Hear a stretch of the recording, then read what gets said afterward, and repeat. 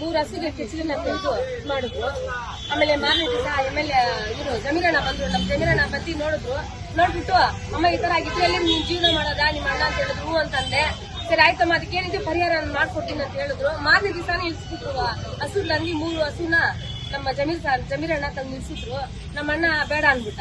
ಬೇಡ ಅನ್ನೋದಕ್ಕೆ ನನಗೆ ತುಂಬಾ ಬೇಜಾರಾಯ್ತು. ಸರಿ MLA ಸಾಹೇಬ್ರನ್ನ ನೋಡಿ ಜಮೀರಣ್ಣನ ನೋಡಿ ಸಾರಿ ಕೇಳೋಣ ಅಂತ ಬಂದೆ. ಮತ್ತೆ ಒಂದು ದೊಡ್ಡ ಶಾಕ್ ಕೊಟ್ರು ನನ್ಗೆ. 3 ಹಸುನ ಕೊಡ್ಸಿ ಸರಿ ಅಮ್ಮ ನೀನ್ ಸಾರಿ ಕೇಳೋದಿರ್ಲಿ ಒಂದ್ ಕಡೆ, ಸರಿ ನನ್ಗೇನಾದ್ರು ನೀನ್ ಮಾಡ್ಬೇಕಾದ್ರೆ 3 ಹಸುನ ತಗೊಂಡೋಗಿ ನನಗೋಸ್ಕರ ನೀನ್ ಇಟ್ಕೋ.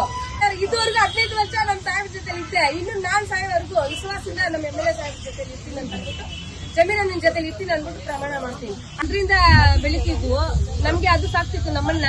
ಕೊನೆಗೆ ಇವತ್ತು 3 ಹೋಯ್ತು. ಮಾರನೇ ತಾಯಿ 3 ತಾಯಿನ ಕೊಟ್ಟಿದ್ದಾರೆ ನಮ್ಮ ಜಮೀರ್ ಸಾರು.